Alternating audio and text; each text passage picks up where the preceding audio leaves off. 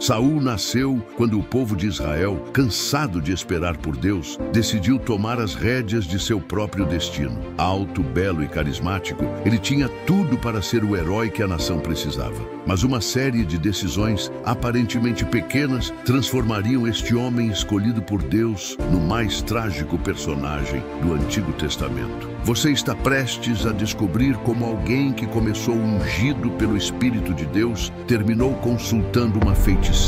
Como um rei que venceu exércitos inteiros morreu em derrota no campo de batalha. E o mais chocante, como seus próprios sucessos se tornaram sua maldição.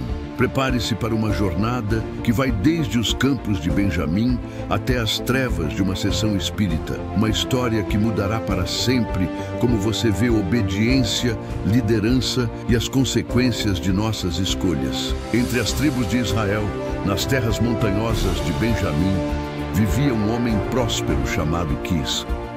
Seu filho Saul não passava despercebido em multidão alguma. A Bíblia diz que desde os ombros para cima sobressaía a todo o povo.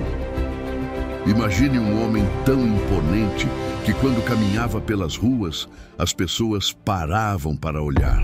Mas foi justamente uma situação corriqueira que mudaria o destino de uma nação inteira. Alguns jumentos do pai se perderam e Saul foi enviado para encontrá-los. Depois de 3 dias procurando sem sucesso, quando já pensava em desistir, seu servo fez uma sugestão que parecia insignificante. Há nesta cidade um homem de Deus muito respeitado. Tudo o que ele diz acontece. Vamos consultá-lo. O que Saul não sabia é que Deus já havia falado com Samuel no dia anterior. A mensagem divina foi específica. Amanhã, por este mesmo tempo, te enviarei um homem da terra de Benjamim, o qual ungirás por príncipe sobre o meu povo de Israel.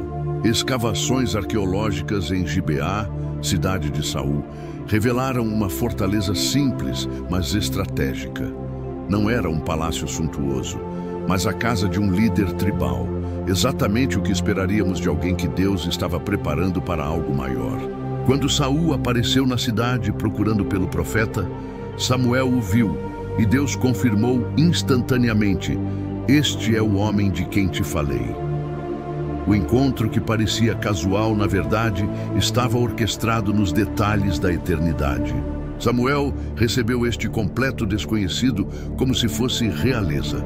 Deu-lhe o lugar de honra no banquete, serviu-lhe a melhor porção da carne que já havia sido separada especialmente para ele e providenciou hospedagem especial. Saul deve ter ficado completamente confuso com tamanha cortesia. Na manhã seguinte, Samuel pediu que mandasse seu servo seguir adiante. Era hora da revelação mais impactante da vida de Saul. Sozinhos no terraço da casa, o velho profeta fez algo extraordinário. Então tomou Samuel um vaso de azeite e lhe o derramou sobre a cabeça e o beijou e disse: não te ungiu o Senhor por príncipe sobre a sua herança? Mas Deus não deixaria Saul com dúvidas. Samuel profetizou 3 sinais específicos que aconteceriam no caminho de volta para casa. Primeiro, 2 homens lhe diriam que os jumentos foram encontrados e que seu pai estava preocupado com ele. Segundo, 3 homens em Tabor lhe dariam 2 pães. E terceiro, aqui vem o mais impressionante, em Gibeá, ele encontraria profetas descendo do monte com instrumentos musicais, profetizando, e naquele momento o Espírito do Senhor viria sobre ele. Cada detalhe se cumpriu exatamente como profetizado. Mas quando Saul encontrou o grupo de profetas, algo sobrenatural aconteceu. O texto diz que o Espírito do Senhor se apoderou dele e profetizou no meio deles. O povo que o conhecia ficou atônito. Será que Saul também está entre os profetas? Esta pergunta se tornou um ditado popular em Israel. O jovem que saíra de casa procurando jumentos perdidos voltava como ungido de Deus para liderar uma nação, mas ainda guardava segredo sobre sua verdadeira identidade. Israel não aguentava mais. O clamor por um rei ecoava de Dan até Berseba. Samuel, relutante, mas obediente, convocou todas as tribos para Mispa. Era chegada a hora de revelar publicamente quem Deus havia escolhido. O processo foi dramático e público. Samuel lançou sortes sagradas, primeiro entre as tribos de Israel. A sorte caiu sobre Benjamim. Depois, entre as famílias de Benjamim, foi escolhida a família de Matri. Finalmente, entre os homens de Matri, Saul, filho de Quis. Mas quando foram procurá-lo para apresentá-lo ao povo, ele simplesmente não estava lá. Onde estava o futuro rei de Israel no momento mais importante de sua vida? Consultaram mais ao Senhor, e respondeu o Senhor: eis que se escondeu entre as bagagens. Imagine a cena, milhares de pessoas esperando conhecer seu rei, e ele estava escondido atrás das bagagens como uma criança tímida. Correram até lá, pegaram Saul pela mão e o trouxeram ao centro da congregação. Quando se levantou diante de todo Israel, sua estatura impressionante causou impacto imediato. Samuel declarou com autoridade: vedes a quem o Senhor tem escolhido? Não há outro como ele entre todo o povo. E toda a congregação gritou em uníssono: viva o rei! Mas nem todos celebraram. Alguns homens perversos zombaram abertamente: como nos salvará este? Recusaram-se a honrá-lo com presentes. Saul, mostrando uma sabedoria que logo perderia, manteve-se em silêncio e não respondeu às provocações. A primeira oportunidade de provar sua liderança chegou através de uma crise terrível.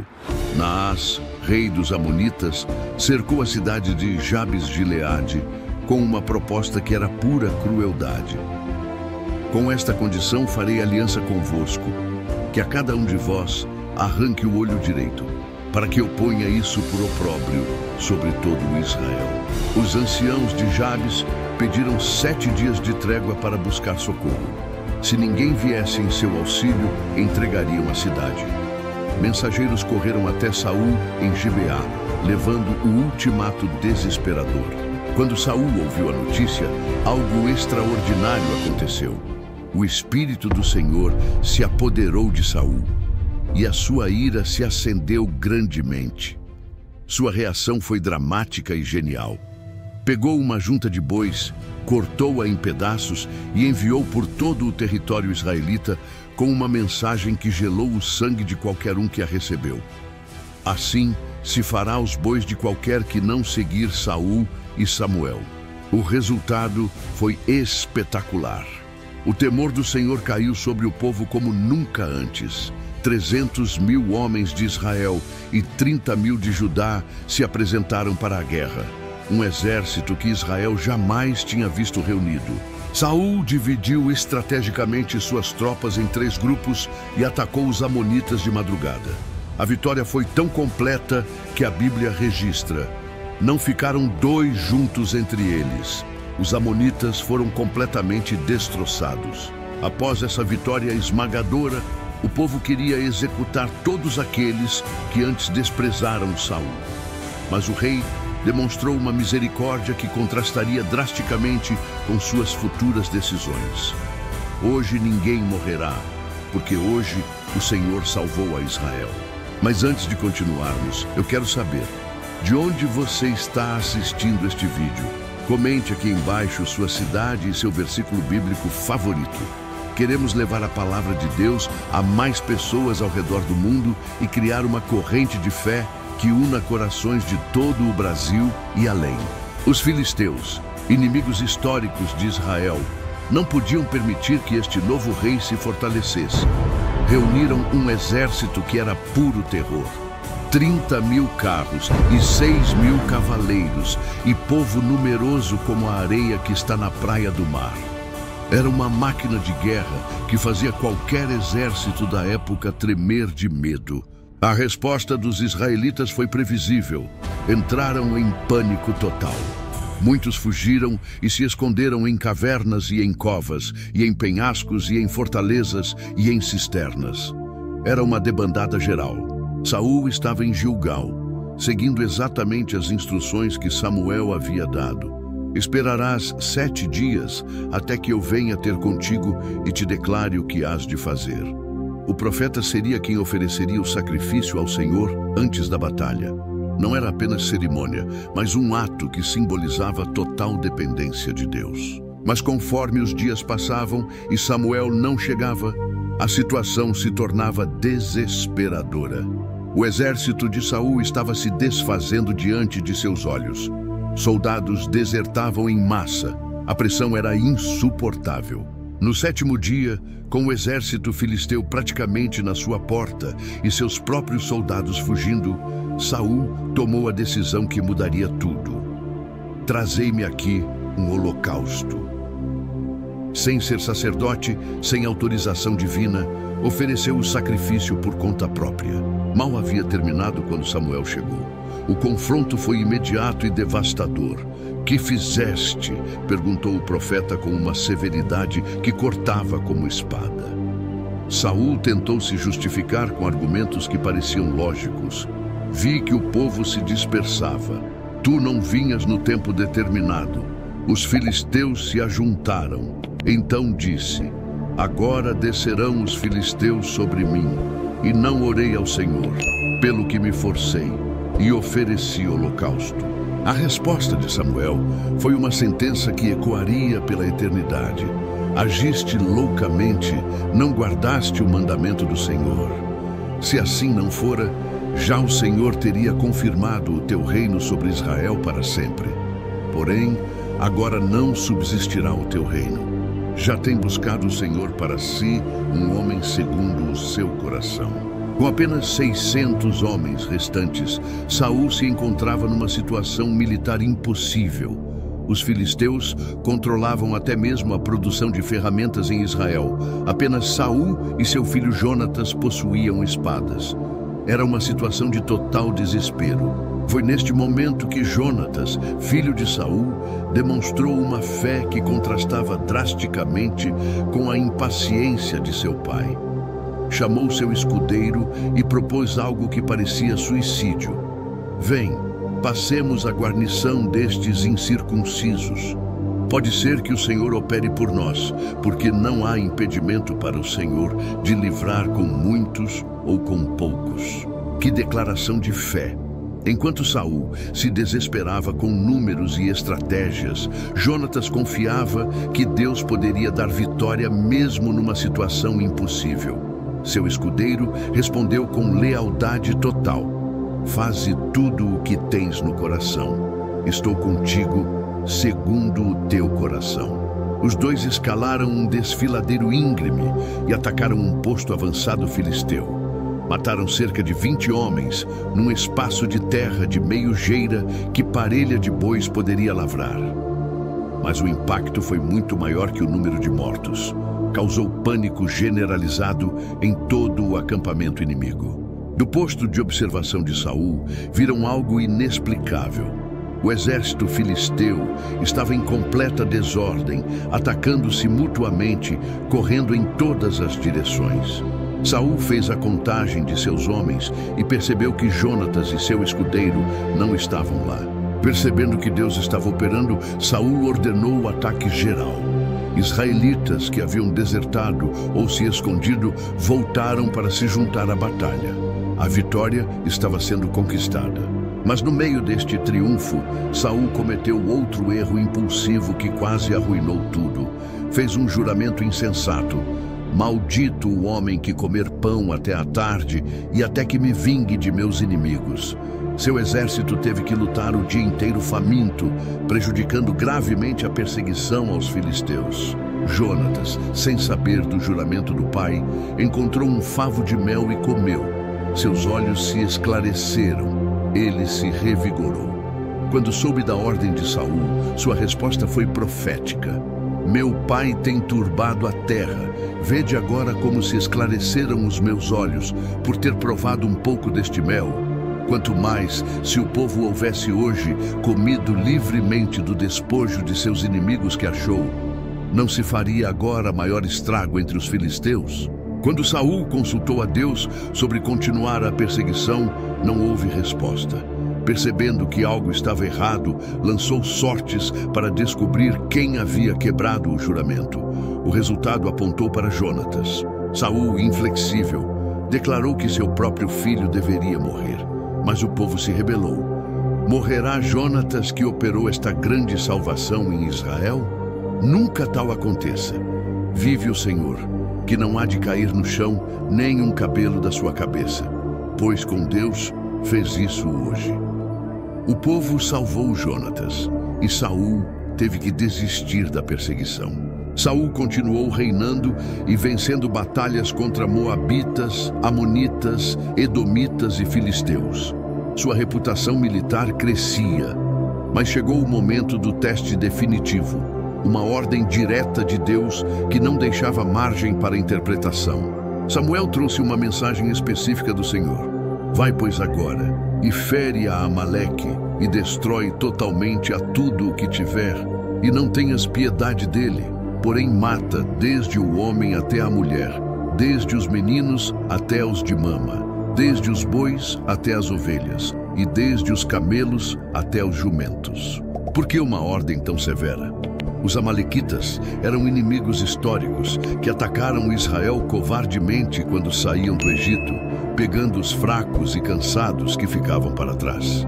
Era juízo divino sobre um povo que sistematicamente oprimia o povo de Deus. Saul reuniu um exército impressionante, 200.000 homens de infantaria e 10.000 de Judá. Marchou contra Amaleque e obteve uma vitória esmagadora. Mas aqui está o problema. Em vez de obedecer completamente à ordem de Deus, Saul e o povo pouparam a Agag, e ao melhor das ovelhas e das vacas, e dos animais gordos, e dos cordeiros, e de tudo o que era bom, e não os quiseram destruir totalmente.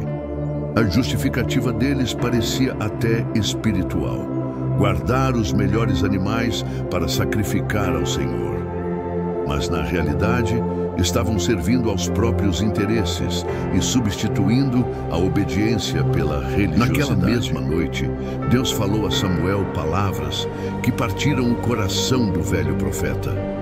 Arrependo-me de ter posto a Saul como rei, porquanto deixou de me seguir e não executou as minhas palavras. Samuel passou a noite toda clamando a Deus, angustiado com a situação. Pela manhã, Samuel recebeu uma notícia que revelava o estado do coração de Saul. Ele havia erguido um monumento para si mesmo no Carmelo. Em vez de dar glória a Deus pela vitória, estava celebrando sua própria grandeza. Quando Samuel encontrou Saul, o rei o cumprimentou com entusiasmo fingido. Bendito sejas tu do Senhor. Executei a palavra do Senhor. Mas Samuel não se deixou enganar. Sua resposta foi cortante. Que balidos de ovelhas são estes nos meus ouvidos e mugidos de vacas que ouço? Saul continuou tentando se justificar. De Amaleque os trouxeram, porque o povo poupou o melhor das ovelhas e das vacas para as oferecer ao Senhor teu Deus. O resto, porém, destruímos totalmente. Samuel então proferiu uma das declarações mais poderosas de toda a Bíblia. Tem, porventura, o Senhor tanto prazer em holocaustos e sacrifícios, como em que se obedeça à sua voz? Eis que o obedecer é melhor do que o sacrificar, e o atender melhor é do que a gordura de carneiros. Porque a rebelião é como o pecado de feitiçaria, e o porfiar é como iniquidade e idolatria. Porquanto tu rejeitaste a palavra do Senhor, ele também te rejeitou a ti, para que não sejas rei. Finalmente confrontado com a verdade, Saul confessou: pequei, porquanto traspassei o mandamento do Senhor e as tuas palavras, porque temi o povo e obedeci à sua voz. Quando Samuel se virou para partir, Saul agarrou desesperadamente a orla de seu manto, que se rasgou. Samuel transformou aquele momento em profecia. Assim rasgou o Senhor hoje de ti o reino de Israel, e o deu ao teu próximo, melhor do que tu. Saul implorou que Samuel o acompanhasse diante do povo para manter sua dignidade. Samuel cedeu, mas antes exigiu que trouxessem Agag. O rei amalequita veio confiante, pensando que escaparia da morte. Mas Samuel declarou: assim como a tua espada desfilhou as mulheres, assim ficará desfilhada a tua mãe entre as mulheres. E ele mesmo executou Agag diante do Senhor. Após esse dia, Samuel nunca mais viu a Saul até o dia da sua morte. Mas Samuel tinha dó de Saul. Com a rejeição definitiva de Saul, retirou-se o espírito do Senhor de Saul e atormentava-o um espírito mau da parte do Senhor. A paz que ele antes possuía foi substituída por uma inquietação terrível. Seu humor oscilava entre raiva e desespero profundo. Seus servos, percebendo a mudança drástica, sugeriram uma solução. Busque nosso Senhor um homem que saiba tocar harpa, e será que, quando o espírito mau vier sobre ti, ele tocará com a sua mão e ficarás melhor. Um dos servos mencionou conhecer um filho de Jessé, o belemita, que sabe tocar. E é valente e animoso, e homem de guerra, e sisudo em palavras e de gentil presença. E o Senhor é com ele.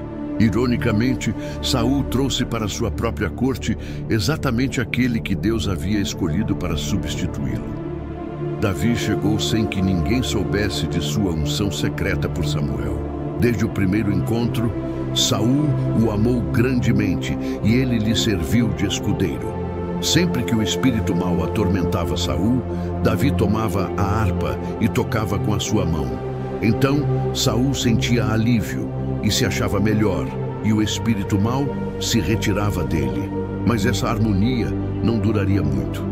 Um evento estava prestes a acontecer que mudaria para sempre a relação entre os dois e revelaria o lado mais sombrio do coração de Saul. A guerra contra os filisteus continuava, e desta vez eles trouxeram uma arma psicológica devastadora, um gigante chamado Golias. Com quase 3 metros de altura, armadura que pesava mais de 50 quilos e uma lança cuja ponta pesava 600 ciclos de ferro, ele desafiava Israel diariamente. Por 40 dias, manhã e tarde, Golias aparecia entre os exércitos gritando: escolhei dentre vós um homem que desça contra mim. Se ele puder pelejar comigo e me ferir, a vós seremos por servos. Porém, se eu prevalecer contra ele e o ferir, então a nós sereis por servos. Todo o exército de Israel, incluindo Saul, estava aterrorizado. Ninguém tinha coragem de enfrentar o monstro. Foi quando Davi, ainda jovem pastor, chegou ao acampamento levando comida para seus irmãos. Ouvindo as provocações de Golias, ficou indignado.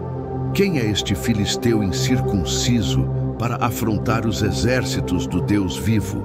Quando sua indignação chegou aos ouvidos de Saul, o rei mandou chamá-lo. Davi se ofereceu para lutar, mas Saul duvidou. Contra este filisteu não poderás ir para pelejar com ele, pois tu ainda és moço, e ele homem de guerra desde a sua mocidade. A resposta de Davi foi pura fé. Quando o leão ou o urso vinha e tomava alguma ovelha do rebanho, eu saía após ele e o feria. O Senhor que me livrou das unhas do leão e das unhas do urso, ele me livrará das mãos deste filisteu. Saul ofereceu sua própria armadura, mas Davi não conseguia se mover com ela. Preferiu suas armas simples, cajado de pastor, 5 pedras lisas e uma funda. O resto é história. Uma pedra certeira na testa derrubou o gigante. Davi cortou a cabeça de Golias com a própria espada dele. Os filisteus fugiram em pânico e Israel teve uma das maiores vitórias de sua história. Mas aqui começou o problema. As mulheres saíram às ruas cantando. Saul feriu os seus milhares, mas Davi os seus 10 milhares. Essa comparação inflamou algo terrível no coração de Saul. A Davi deram 10 milhares e a mim somente milhares. Na verdade, que mais lhe falta senão só o reino? A partir daquele dia, Saul tinha inveja de Davi. O jovem herói nacional havia se tornado o maior inimigo do rei. O ciúme de Saul rapidamente se transformou em ódio assassino. Em uma de suas crises, enquanto Davi tocava a harpa para acalmá-lo, Saul pegou uma lança e a arremessou contra o jovem. Encravarei a Davi na parede. Davi desviou-se, mas isso aconteceu mais de uma vez. Percebendo que não poderia matá-lo abertamente sem causar escândalo, Saul tentou outras estratégias. Colocou Davi como comandante de 1000 soldados, esperando que morresse em batalha. Mas Davi se ouve prudentemente em todos os seus caminhos e o Senhor era com ele. Desesperado, Saul ofereceu sua filha mais velha, Merabe, em casamento, mas depois mudou de ideia. Quando soube que Mical, sua filha mais nova, amava Davi, viu uma oportunidade. Exigiu como dote 100 prepúcios de filisteus, esperando que Davi morresse tentando cumprir a condição. Davi não apenas cumpriu, mas trouxe 200 prepúcios. Saul teve que entregar Mical, mas isso só aumentou seu ódio. Viu e soube que o Senhor era com Davi, e Saul foi inimigo de Davi todos os dias. Finalmente, Saul ordenou abertamente a morte de Davi. Mas Jonatas, seu próprio filho, alertou o amigo e o ajudou a fugir. Mical também ajudou Davi a escapar pela janela quando guardas vieram prendê-lo em casa. A partir daquele momento, Davi se tornou um fugitivo. Saul mobilizou todo o reino para caçá-lo, transformando o herói nacional em um homem perseguido que vivia em cavernas e desertos. Durante a perseguição, Davi teve pelo menos 2 oportunidades claras de matar Saul. A primeira foi na caverna de En-Gedi, quando Saul entrou para se aliviar, sem saber que Davi e seus homens estavam escondidos no fundo da caverna. Os soldados de Davi sussurraram: "Este é o dia do qual o Senhor te disse, darei o teu inimigo nas tuas mãos." Mas Davi apenas cortou secretamente a orla do manto de Saul. Quando Saul saiu da caverna, Davi apareceu à distância, mostrou o pedaço do manto e gritou: "Meu senhor, o rei!" Prostrou-se e explicou que poderia tê-lo matado, mas escolheu poupá-lo porque não estenderei a minha mão contra o meu senhor, pois é o ungido do Senhor. Saul chorou e confessou: "Mais justo és do que eu. Agora sei que certamente hás de reinar e que o reino de Israel há de ser firme na tua mão."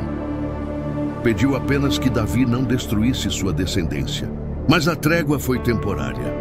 Logo Saul voltou à perseguição. A segunda oportunidade foi ainda mais dramática. Davi e Abisai invadiram o acampamento de Saul à noite e chegaram até onde o rei dormia. Abisai sussurrou: "Hoje Deus entregou o teu inimigo nas tuas mãos. Deixa-me feri-lo com a lança." Mas Davi recusou novamente: "Não o mates." Quem estendeu a mão contra o ungido do Senhor e ficou inocente? Pegaram apenas a lança e a botija de água de Saul. Pela manhã, Davi chamou de uma colina distante, mostrando as provas de que poderia ter matado o rei. Mais uma vez, Saul reconheceu sua culpa. Mas Davi percebeu que nunca estaria seguro. Decidiu fugir para território filisteu, onde Saul não poderia persegui-lo. Com Davi fora de seu alcance, Saul deveria ter encontrado paz, mas algo muito pior estava chegando. Os filisteus se preparavam para uma invasão massiva, e desta vez Saul sabia que estava completamente sozinho. Deus não falava mais com ele, nem por sonhos, nem por Urim, nem por profetas. O silêncio divino era ensurdecedor.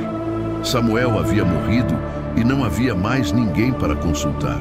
O rei de Israel estava espiritualmente órfão. Em desespero total, Saul tomou a decisão mais terrível de sua vida. Ele, que antes havia banido os médiuns do país, agora procurava secretamente uma feiticeira. Disfarçado, foi até Endor e pediu à mulher que invocasse o espírito de Samuel. O que aconteceu naquela noite foi aterrorizante. Samuel apareceu, mas sua mensagem foi devastadora. "Por que me inquietaste, fazendo-me subir? Por que, pois, me perguntas a mim, visto que o Senhor se tem desviado de ti e se fez teu inimigo? também o Senhor entregará a Israel contigo na mão dos filisteus, e amanhã tu e teus filhos estareis comigo. Saul desabou, caiu prostrado, sem forças, sem esperança, sem saída. A feiticeira teve que forçá-lo a comer algo antes que partisse para aquela que seria sua última batalha. No Monte Gilboa, o pesadelo de Saul se tornou realidade. O exército de Israel foi esmagado pelos filisteus. Seus filhos foram mortos um a um na batalha. Jonatas, Abinadab e Malquizua caíram diante de seus olhos. Gravemente ferido pelos arqueiros filisteus, sabendo que seria capturado e humilhado, Saul fez seu último pedido ao escudeiro: desembainha a tua espada e atravessa-me com ela, para que porventura não venham estes incircuncisos e me atravessem e escarneçam de mim. Mas seu escudeiro, aterrorizado, não teve coragem. Então Saul tomou a espada e se lançou sobre ela. O primeiro rei de Israel morreu pela própria mão no campo de uma batalha perdida. No dia seguinte, os filisteus encontraram seu corpo. Para humilhá-lo completamente, cortaram sua cabeça e penduraram seu corpo nos muros de Bet-San. Era a desonra final para quem um dia fora ungido por Deus. Mas a história teve um último ato de lealdade. Os homens de Jabes-Gileade, a mesma cidade que Saul salvara no início de seu reinado, marcharam durante toda a noite. Resgataram os corpos de Saul e seus filhos, queimaram-nos segundo o costume e enterraram seus ossos sob uma tamargueira. Jejuaram 7 dias em luto pelo rei que os havia salvado. Quando Davi soube da morte de Saul e Jonatas, sua reação surpreendeu a todos. Em vez de celebrar a queda de seu perseguidor, rasgou as suas vestes e choraram e jejuaram até a tarde. Compôs um lamento que ecoaria através dos séculos. Como caíram os valentes! Jonatas, meu irmão, quão precioso me foste! A história de Saul é mais que um relato histórico. É um espelho que reflete nossas próprias batalhas espirituais. Cada erro dele revela tentações que enfrentamos diariamente. Primeiro, Saul nos ensina que obediência vale mais que religiosidade. Ele oferecia sacrifícios enquanto desobedecia aos mandamentos. Quantos de nós fazemos exatamente isso? Frequentamos igreja, oramos, dizimamos, mas desobedecemos nas pequenas escolhas do cotidiano? Samuel disse claramente: o obedecer é melhor do que o sacrificar. Segundo, pequenas desobediências geram destruições gigantescas. A queda de Saul não foi repentina. Começou com impaciência em Gilgal, cresceu com desobediência parcial contra os amalequitas e terminou numa sessão espírita. Cada pequeno erro preparou o terreno para o próximo. Terceiro, o medo dos homens é uma armadilha mortal. Saul confessou: temi o povo e obedeci à sua voz. Quando valorizamos mais a aprovação humana que a aprovação divina, tomamos decisões que destroem nosso futuro. Quarto, a inveja é um câncer espiritual. O ciúme de Davi consumiu os últimos anos de Saul, transformando um rei ungido por Deus num perseguidor paranoico. A inveja não apenas destrói quem a sente, mas contamina todos ao redor. Agora eu pergunto diretamente para você: onde você tem agido como Saul? Em que área de sua vida você tem substituído obediência por religiosidade? Que pequenas desobediências podem estar preparando uma grande queda. Saul foi o rei que o povo escolheu, mas Davi foi o rei que Deus preparou. A diferença não estava no talento, na força ou na aparência, estava no coração disposto a obedecer mesmo quando doía. Se esta história tocou seu coração, deixe nos comentários uma área onde você sabe que Deus está pedindo sua obediência. Não deixe que o orgulho, a impaciência ou o medo dos homens roubem o propósito que Deus tem para a sua vida. Inscreva-se no canal para mais estudos que podem transformar sua jornada espiritual. E lembre-se sempre, não basta ser chamado, é preciso obedecer até o fim.